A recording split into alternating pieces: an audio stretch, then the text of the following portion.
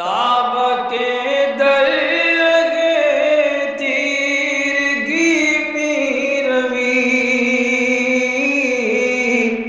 بہر توبہ درائے شباب غوی بشنو از گوش دل مثنوی معنوی در رہے صدق برتا مسمم شوی بشنو از گوش دل مثنوی معنوی در رہے صدق برتا مسمم شوی۔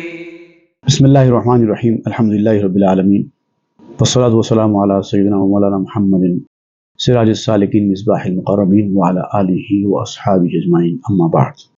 گزشتہ ہم کو بتایا جا رہا تھا کہ منزل پر انسان جب پہنچتا ہے، اس کی خواہش کی چیز جب اس کو حاصل ہوتی ہے، اگر وہ محنت، مشقت اور مشکل سے حاصل ہو تو وہ اس کی قدر کرتا ہے اور اس کے پاس وہ ٹک کر رہتی ہے۔ لیکن اگر کسی مشقت کے بغیر، کسی تکلیف کے بغیر، کسی رنج کے بغیر آسانی سے کوئی چیز اس کو مل جاتی ہے تو وہ اس کی نہ صرف یہ کہ قدر نہیں کرتا، بلکہ وہ چیز اس کے پاس زیادہ دن تک نہیں رہتی، اپنے ہاتھوں سے وہ اس کو گنوا دیتا ہے۔ دنیا کا یہ اصول ہے، دنیا میں تکلیف جتنی ہوگی اسی کے بقدر اس کو راحت بھی اتنی ہی حاصل ہوگی۔ اس کی مثال روزہ اور پیاس ہے۔ شدت کے جب روزے ہوتے ہیں، جب بھوک اور پیاس شدت کی ہوتی ہے جس روزوں میں، تو افطار کا مزہ بھی اتنا زیادہ آتا ہے۔ جن روزوں میں پانی کی اور کھانے کی شدت کے ساتھ انسان کو ضرورت محسوس نہ ہو تو اس وقت افطار کرنے میں بھی وہ مزہ نہیں آتا۔ یہ ایک مثال ہے۔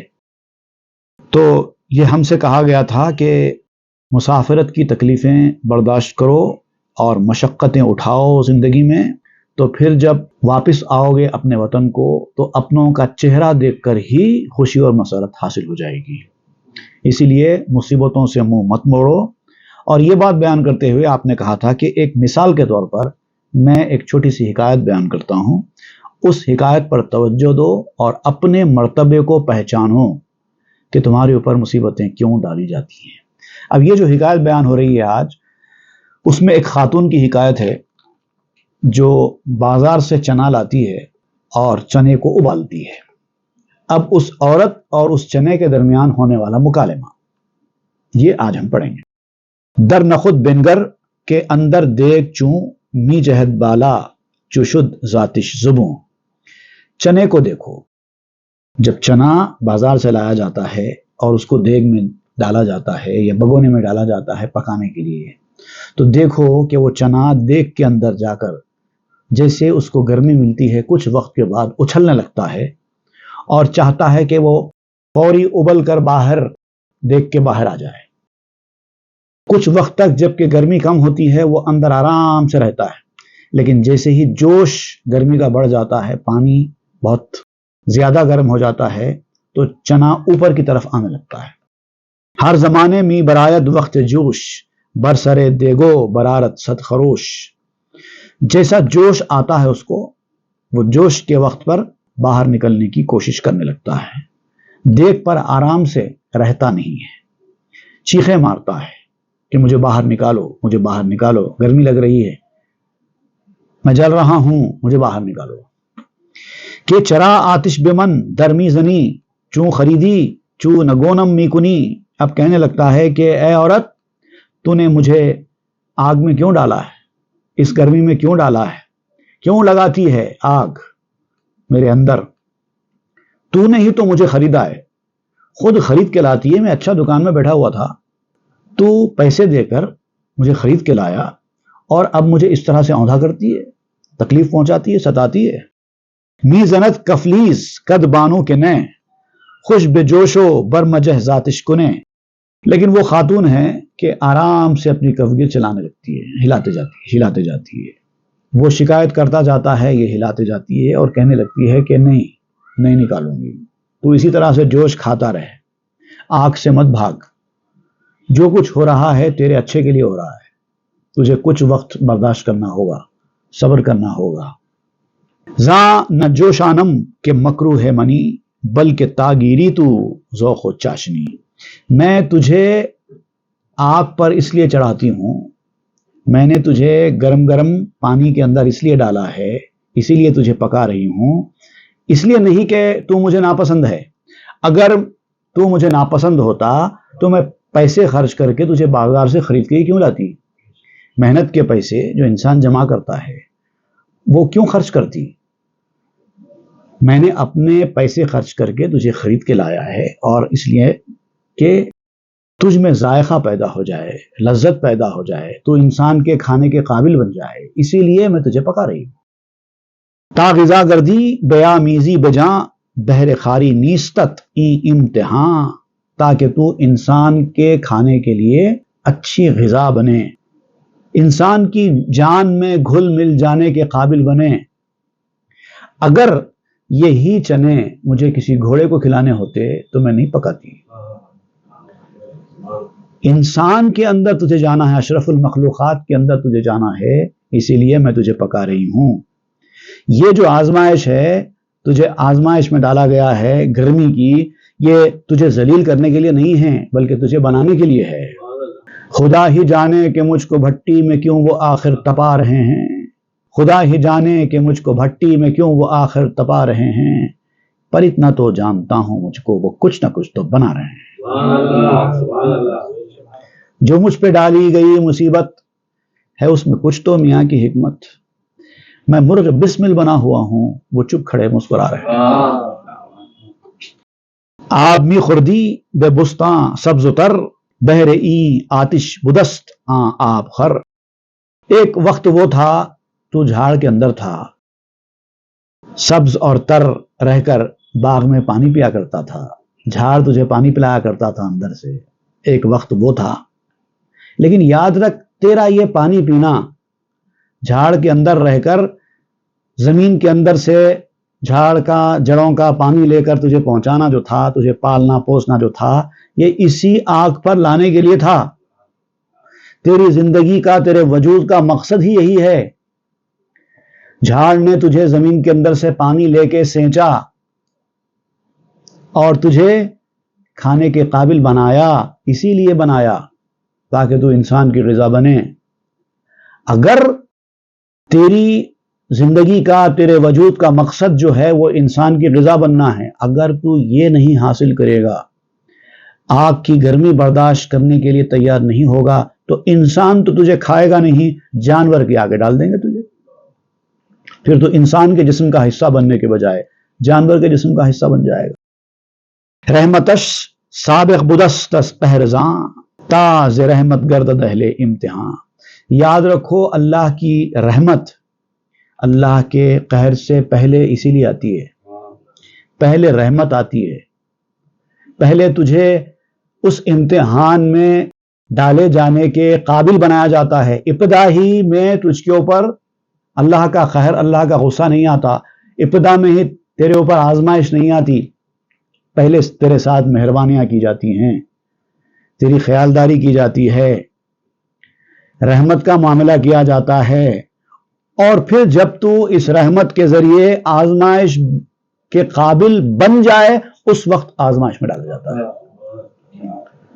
اللہ کے ایسے بندے جو لوگوں کی تربیت کا کام کرتے ہیں، روحانی تربیت کا کام کرتے ہیں، ان کا مزاج بھی آپ دیکھیں گے اسی طرح کا ہوتا ہے۔ نئے آدمی کے ساتھ سختی نہیں کرتے، نئے آدمی کے ساتھ تو محبت کا مظاہرہ کرتے ہیں، ان کو گلے لگاتے ہیں، ان کی خیالداری کرتے ہیں، ان کی ایک ایک چیز کے بارے میں پوچھتے ہیں، ان کے مسائل حل کرتے ہیں، ان کی روزمرہ زندگیوں کا خیال کرتے ہیں، رحمت کا مظاہرہ کرتے ہیں۔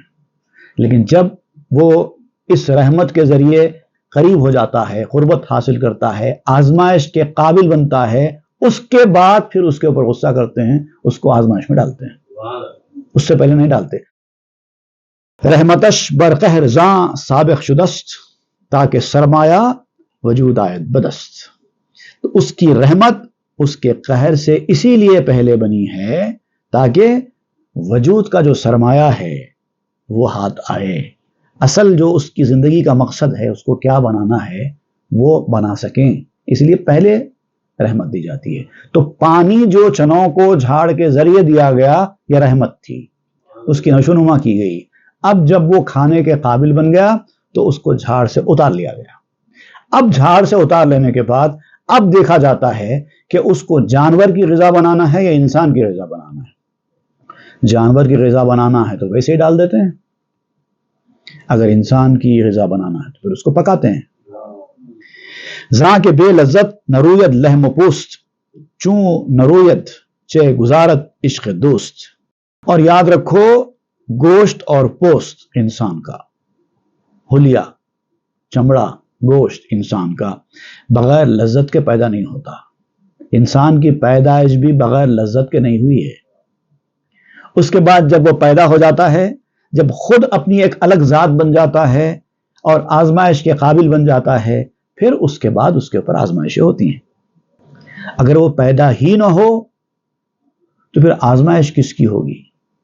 اگر انسان کو وہ لذت ہی نہ دے تو انسان اولاد پیدا کرنے کی طرف راغب بھی کہاں سے ہوگا؟ اس مجبوری کی وجہ سے وہ اولاد پیدا کرنے کی طرف راغب ہوتا ہے۔ اس کو ایسے اندر سے مجبور کر دیا جاتا ہے کہ اولاد پیدا کر، اولاد پیدا کر، اولاد پیدا کر، اس کو مجبور کیا جاتا ہے۔ اور یہ جو اندر سے مجبور کیا جا رہا ہے وہ اسی لیے ہے تاکہ وہ اولاد پیدا کرے۔ اور پھر جب اولاد پیدا ہو جاتی ہے، پھر اولاد اس قابل بن جاتی ہے کہ امتحان سے گزرے، تب پھر ان کے ساتھ امتحانات ہوتے ہیں، پھر ان کو آگے ترقی دینے جو ان کی زندگی کا مقصد ہے اس کے قابل بنایا جاتا ہے۔ زاں تقاضا گر بیایت قہرہا، تاکنی ایثار آں سرمایہ را۔ اب یہ جو انسان کی زندگی کا مقصد اس کو حاصل کرنا ہے وہ عشق کے ذریعے حاصل کرتا ہے۔ تو اب انسان کو وجود بخشنے کے بعد اس کے اندر ایک عشق و محبت کا عنصر بھی اس کے دل کے اندر ڈال دیا جاتا ہے تاکہ وہ چیز اب محبت اس کے اندر پیدا ہو۔ اس کے بعد پھر وہ تکلیفوں اور مصیبتوں کو برداشت کر سکتا ہے۔ اس کے اندر ایک ہمت پیدا ہو جاتی ہے محبت کے جذبات آنے سے۔ یہ محبت بھی انسان کے اندر اسی لیے ڈالی جاتی ہے تاکہ وہ آنے والی مصیبتوں کو برداشت کرنے کے قابل بن سکے۔ اور پھر یہ مصیبتوں کو برداشت کرنا چونکہ اس کی محبت کا تقاضا ہے، اور اس تقاضے کی وجہ سے اس کی زندگی میں مصیبتیں آتی ہیں تاکہ تو اس سرمایہ کو ہی قربان کر دے۔ اگر عشق کی بنیاد پر انسانوں پر مصیبتیں آتی ہیں اور پھر ان مصیبتوں میں وہ ثابت قدم رہتا ہے، عشق کی مدد سے اس امتحان میں پورا اترتا ہے، تو پھر اللہ تعالیٰ کی مہربانیاں اس کے راستے میں آ کر اس سے عذر خواہی کرتی ہیں، مطلب کمپنسیشن دیتی ہیں۔ تجھے یہ مصیبت آئی تھی، تجھے یہ تکلیف آئی تھی، تو نے برداشت کی، لے اس کے جواب میں ہم تجھے یہ دیتے ہیں۔ بعض لطف آیت برائے عذر او، کہ بے کردی غسل و برجستی ز جو۔ پھر اللہ کی مہربانی عذر خواہی کی شکل میں آتی ہے اور کہتی ہے کہ ماشاء اللہ تو نے غسل کر لیا ہے، تو نہر میں کود گیا ہے، اب پاکیزہ ہو گیا ہے، تو نے گنگا نہا لی ہے، جیسے ہماری زبان میں کہا جاتا ہے۔ بان خود گویت چریدی در بہار، رنج مہمان ہے تو شد نیکوش دار۔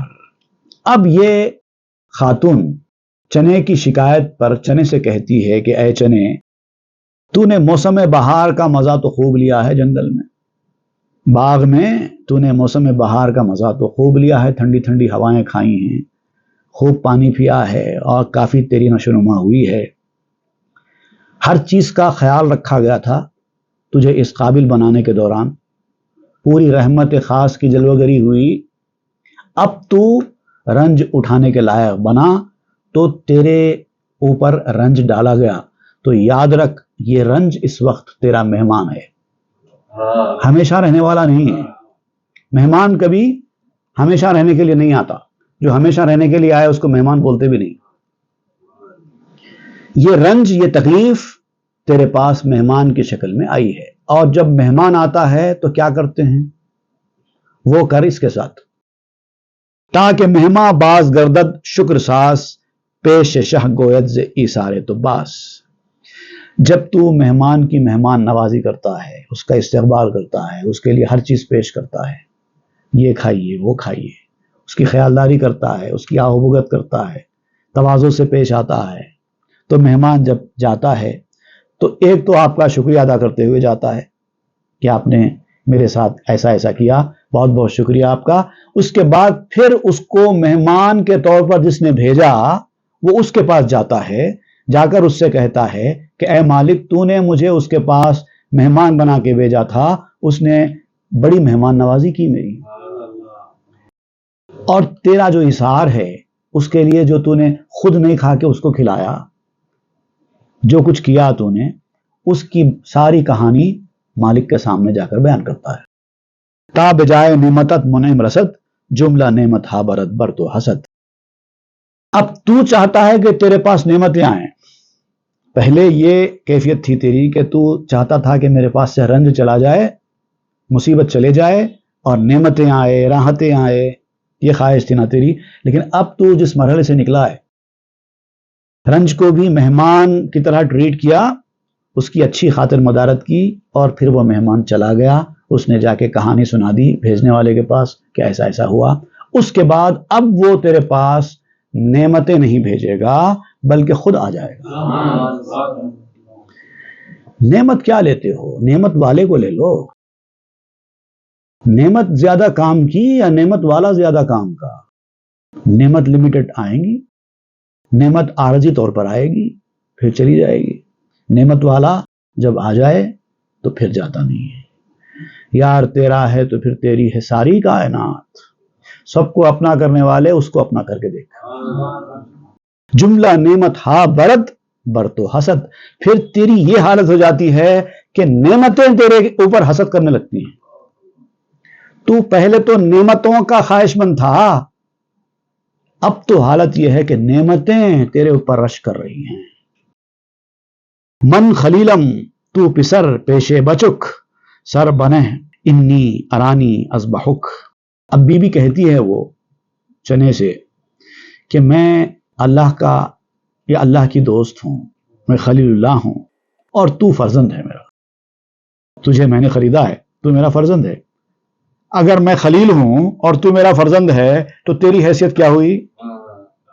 اگر میں ابراہیم ہوں تو میرا بیٹا ہے تو تیری حیثیت کیا ہوئی؟ تو اسماعیل کی طرح ہوا۔ تو اسماعیل نے کیا کیا تھا کہ جب باپ نے کہا تھا کہ قال یا بنی انی ارا فی المنام انی اذبحک فانظر ماذا تری، اے میرے بیٹے میں نے دیکھا ہے خواب میں کہ میں تجھے ذبح کر رہا ہوں، اور نبی کا خواب سچا ہوتا ہے، یہ اللہ کا حکم ہوتا ہے۔ فانظر ماذا تری، اب تیرا کیا خیال ہے، میں کیا کروں؟ ابراہیم علیہ السلام نے اپنا خواب اسماعیل علیہ السلام سے سنا کر یہ پوچھا تھا کہ اب بولو تمہارا کیا خیال ہے، کیونکہ مجھے تو پتا ہے کہ یہ اللہ کا حکم ہے، اور تم بھی چونکہ نبوت کے ساتھ سرفراز کیے گئے ہو تو تم کو بھی پتا ہونا چاہیے کہ یہ اللہ کی طرف سے آیا خواب ہے اور یہ حکم ہے، وہی ہے، تمہارا کیا خیال ہے؟ تو اسماعیل علیہ السلام نے فرمایا قال یا ابت افعل ما تؤمر، اے میرے والد آپ وہی کیجیے جس کا آپ کو حکم دیا گیا ہے۔ ستجدنی انشاء اللہ من الصابرین، آپ ان قریب مجھے شکر کرنے والوں میں سے پائیں گے۔ تو اب جب چنا اسماعیل کی شکل میں آیا ہے تو چنے کا کام کیا ہے؟ ابراہیم سے کہے کہ ابراہیم میں اسماعیل ہوں، تجھے جو کرنا ہے کر، میں اس کے لیے تیار ہوں۔ سر بپیش قہر نہ دل برقرار، تا ببرم حلقت اسماعیل وار، اطمینان قلب کے ساتھ، دل جمعی کے ساتھ، سکون کے ساتھ اپنا سر تکلیف کے سامنے رکھ دو۔ تکلیف دی جا رہی ہے تو برداشت کرو، سکون اور اطمینان کے ساتھ اپنے سر کو اس تکلیف کے سامنے رکھ دو، تاکہ اسماعیل کو جس طرح سے ابراہیم نے کاٹنے کے لیے چھری چلائی تھی تاکہ میں بھی چھری چلا سکوں۔ اسماعیل نے جس طرح سے اللہ کے حکم کے سامنے اپنا سر جھکا دیا تھا، اس کے ہر فیصلے کو قبول کرنے کا اعلان کر دیا تھا، کٹنے کو بھی تیار ہو گئے تھے، تو بھی کٹنے کو تیار ہو جا۔ مگر اللہ کی رحمت تجھے کٹنے کہاں دے گی؟ کیا اسماعیل کو کٹنے دیا تھا؟ تیرے ساتھ بھی ایسی ہوگا۔ سر ببرم لیک ای سر آ سرست، کس بریدہ گشتن و کشتن برست۔ میں سر تو کاٹ رہی ہوں. سر کاٹنے سے مراد یہاں پر وہی ہے، مصیبتوں کا شکار کرنا. میں سر کاٹ رہی ہوں، لیکن یہ سر وہ سر ہے جو کٹنے اور مرنے سے بری ہے. جیسے کہ سر اسماعیل تھا، کٹنے سے بری تھا. اسماعیل علیہ السلام کی اولاد میں خاتم النبیین صلی اللہ علیہ وسلم کو پیدا کرنا تھا، وہ کہاں سے کٹ سکتا تھا؟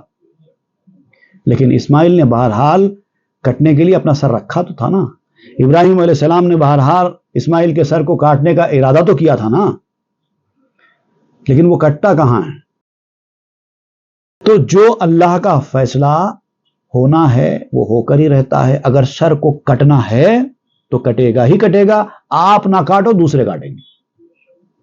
لیکن اگر نہیں کٹنا ہے تو آپ بھی کاٹیں گے تو نہیں کٹنے والا. لیک مقصودم ازاں تعلیم تست، اے مسلمان باعدت تسلیم جست. یہ جو ساری باتیں میں بیان کر رہی ہوں، اس کا مطلب، اس سے میرا مقصد صرف تعلیم ہے کہ راضی برضا مسلمان کو کیسے ہونا چاہیے. اے مسلمان، تجھے کیسے اللہ کی مرضی کے سامنے، اس کے فیصلوں کے سامنے سر رکھنا چاہیے، وہ سمجھانے کے لیے یہ بتایا جا رہا ہے. اے نہ خود می جوش اندر ابتلا، تانا ہستی ہو نہ خود مانت ترا. اے چنے، اب تیرا کام ہے کہ تجھے آگ پر رکھا گیا ہے تو تو جوش کھا، اور اتنا جوش کھا، اتنا جوش کھا کہ تجھ میں تیری اپنی خود کی ہستی اور خودی باقی نہ رہے. وہ جو تیرا سخت پن ہے وہ ختم ہو جائے تو نرم پڑ جائے. اتنا جوش کھا. اب وہ نرم پڑے گا تو انسان کھائے گا. اندراں بستاں اگر خندی دئی، تو گلے بستان جانو دی دئی. اگر تو نے اپنے آپ کو اس مرحلے پر رکھا ہے کہ تو باغ میں مسکرایا، تیری ایسی حالت تھی تو باغ میں مسکراتا تھا، اپنے وجود پر خوش ہوتا تھا، تو یاد رکھ وہ صرف ایک مسکرانا تھا. پھول تو نہیں تھا نا تو. پھول تو جو شگفت ہوتا ہے، جو خوشنما ہوتا ہے، چنے کی حالت تو وہ نہیں ہوتی. پودے کے اوپر، جھاڑ کے اوپر چنا زیادہ خوشنما لگتا ہے یا پھول؟ پھول زیادہ خوشنما لگتا ہے، چنا اندر ہوتا ہے بس ایسے ہی. اب آپ کہتے ہیں کہ اب تو جان اور آنکھوں کے باغ کا پھول بن جائے گا. یعنی اگر تیری حالت پہلے اچھی تھی تو مصیبت آنے کے بعد، آزمائش آنے کے بعد تیری حالت اور زیادہ اچھی ہو جائے گی، کیونکہ انسان کے جان و دل کے باغ کا تو پھول بن جائے گا. انسان تجھے ہاتھوں ہاتھ لے گا، شوق سے کھائے گا. پھولوں کو کون کھاتا ہے؟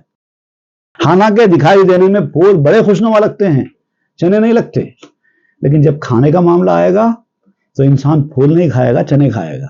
لیکن کب؟ جب کہ چنے ابال دیے جائیں، پکا دیے جائیں. شو غذا و قوت اندیشہ، شیر بودی شیر شو دربیشہ. خیالات کی جو غذا ہوتی ہے وہ بن جاؤ، روزی بن جاؤ. تمہارے اندر کوئی خیالات نہیں تھے، تم کچھ سوچتے تھے کیا پہلے؟ چنے سے کہا جا رہا ہے کہ اے چنے، کیا تو پہلے کچھ سوچا کرتا تھا؟ کیا تیرے اندر کوئی عقل تھی؟ کیا تیرے اندر کوئی جان تھی؟ کچھ نہیں تھا. لیکن جب تو انسان کے جسم کے اندر چلا جائے گا اور خون بن جائے گا، خون بن کر انسان کے جسم کے اندر دوڑے گا، پھر اسی خون سے انسان کے جسم کی نشوونما ہوگی تو تو بھی انسان بن جائے گا. اور انسان تو سوچتا بھی ہے، عقل بھی رکھتا ہے.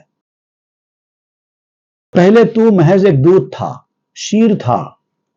اب جب اس شیر کو شیر نے پی لیا تو وہ شیر بھی شیر بن گیا، اس کے اندر فنا ہو گیا. الصفاتش رست واللہ نخست، در صفاتش باز رو چالاک و چست. خدا کی قسم، تو پہلے اس کی صفات کے ذریعے اگا ہے. تیرا جو پہلا اگنا تھا، تو پہلے صفات کے ذریعے اگا ہے. تیری اصلیت وہ صفات ہیں جو تجھے واپس وہ حاصل کرنے ہیں، اور اب پھر تیزی کے ساتھ تجھے اس کی صفات کی طرف لوٹ جانا ہے. تیری زندگی کا مقصد یہ ہے، جہاں سے آیا تھا وہاں چلے جانا ہے، ریسائکلنگ پروسیس سے گزرنا ہے. چنا پہلے کیا تھا؟ زمین کے اندر اس کا کوئی وجود نہیں تھا. مٹی سے چنے کی پیدائش ہوئی، مٹی کے اندر سے نکلا نا، پودے کے ذریعے ہوتے ہوئے پودے کی ڈالیوں میں آیا، پھر وہاں سے نکل کر بازار میں آیا، پھر بازار سے نکل کر گھر میں گیا، پھر چولہے پہ چڑھا، وہاں ابلا، پھر وہاں پر اس کو انسان نے کھایا، پھر انسان کے پیٹ میں گیا، پھر وہ خون بن گیا، پھر اسی خون سے دوسرے انسان کی پرورش ہوئی، پیدائش ہوئی۔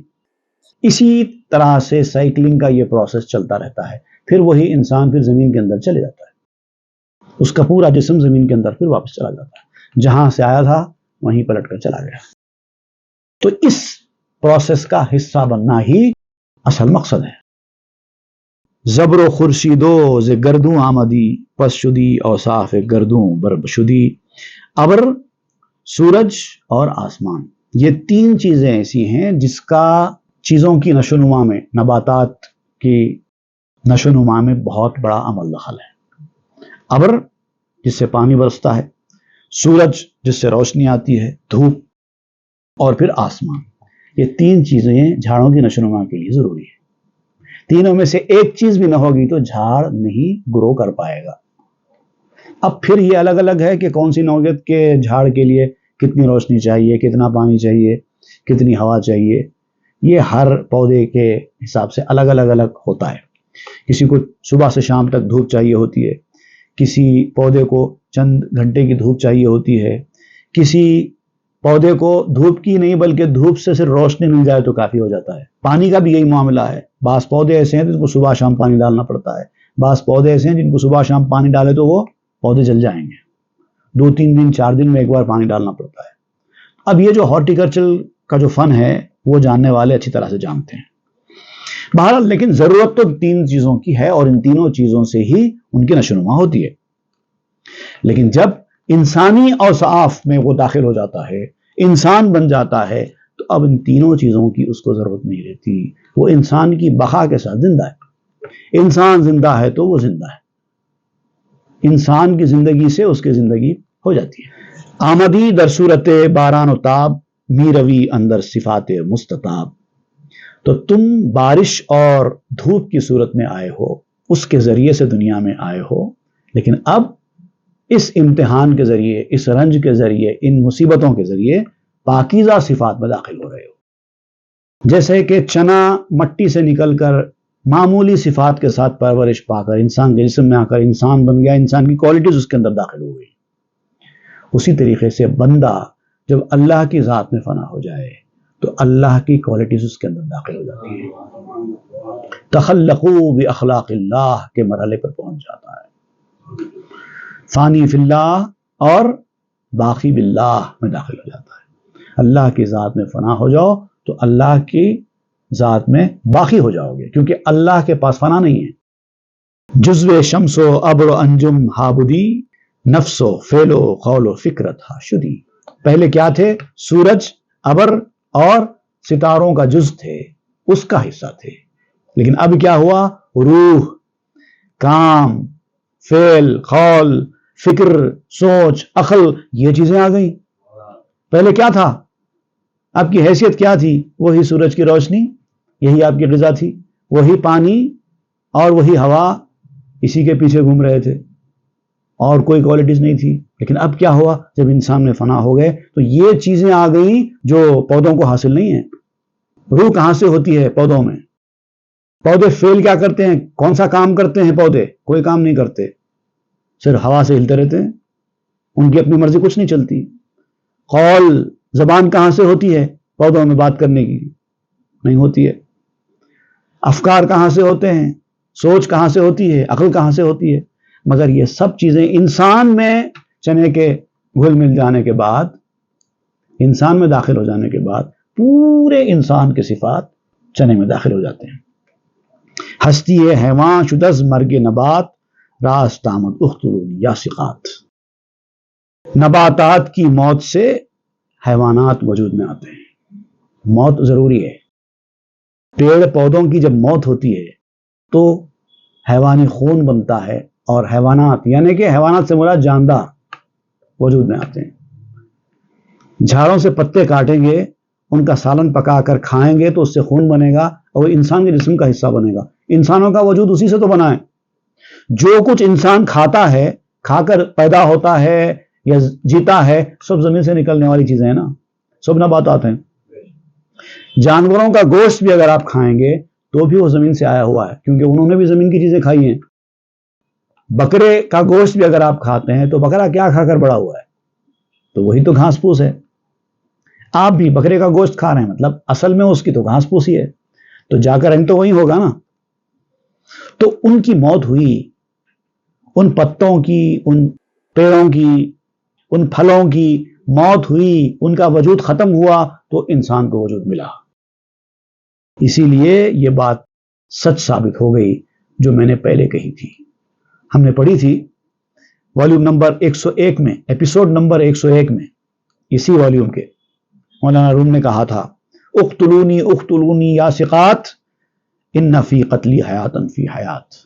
مجھے قتل کر دو، مجھے قتل کر دو، اے با اعتبار لوگو مجھے مت چھوڑو، مجھے قتل کر دو، کیونکہ میرے قتل میں ہی حیات کے اندر حیات ہے، زندگی کے اندر زندگی ہے. ایک موت ہوگی دوسری زندگی پیدا ہوگی. پیڑ پتوں کی موت ہوئی، پھلوں کی موت ہوئی تو انسان کو زندگی ملی. تو آپ کہتے ہیں کہ میں نے جو کہا تھا اقتلونی یا ثقات والا بات، اقتلونی یا ثقات والی بات، وہ سچ ثابت ہوئی کہ نہیں ہوئی؟ چون چنی بردست مارا بعد مات، راست آمد ان فی قتلی حیات. یہ ہماری جو ہار ہے نا، اسی میں ہماری جیت ہے. ہمارے ہار کے بعد ہی جیت حاصل ہوتی ہے. برد جو ہے اصل میں یہاں پر آپ استعمال کر رہے ہیں ایک شطرنج کی ایک چال ہے. برد اس چال کو کہتے ہیں کہ مقابل کھلاڑی جب اس کے سارے مہرے پٹ جاتے ہیں، سب مر جاتے ہیں، اکیلا بادشاہ رہ جاتا ہے. جو لوگ شطرنج کا کھیل جانتے ہیں، کبھی ایسا ہوتا ہے کہ آپ کے اپوننٹ کھلاڑی کے سارے مہرے مر جاتے ہیں، اب اکیلا بادشاہ ہوتا ہے، وہ ادھر سے ادھر اپنا بچاؤ کرتے پھرتا ہے اور اس کے اوپر مسلسل حملے ہوتے چلے جاتے ہیں. حالانکہ ابھی کھیل ختم نہیں ہوا ہے، ابھی بادشاہ کو راستے ہیں بچنے کے، کبھی ادھر جا رہا بچ رہا ہے، کبھی ادھر جا رہا بچ رہا ہے، لیکن وہ آدھی موت ہے، آدھی مات ہے. کب تک بچے گا؟ ایسی سچویشن کو کہتے ہیں برد. تو آپ کہتے ہیں کہ جب کہ ہماری ہار کے بعد اس طرح کی جیت ہے تو اس سے سچ ثابت ہوتا ہے ان فی قتلی حیات، میرے قتل میں ہی میری زندگی ہے. انشاءاللہ آگے کی گفتگو ہم آئندہ کے درس میں کریں گے. صلی اللہ تعالی علی خیر سیدنا محمد وآلہ وصحبہ اجمعین والحمد للہ رب العالمین. تاب کے در لگے تیرگی میں روی، بہر توبہ درائے شباب غوی، بشنو از گوش دل مثنوی معنوی، در رہے صدق برتا مسمم شوی، بشنو از گوش دل مثنوی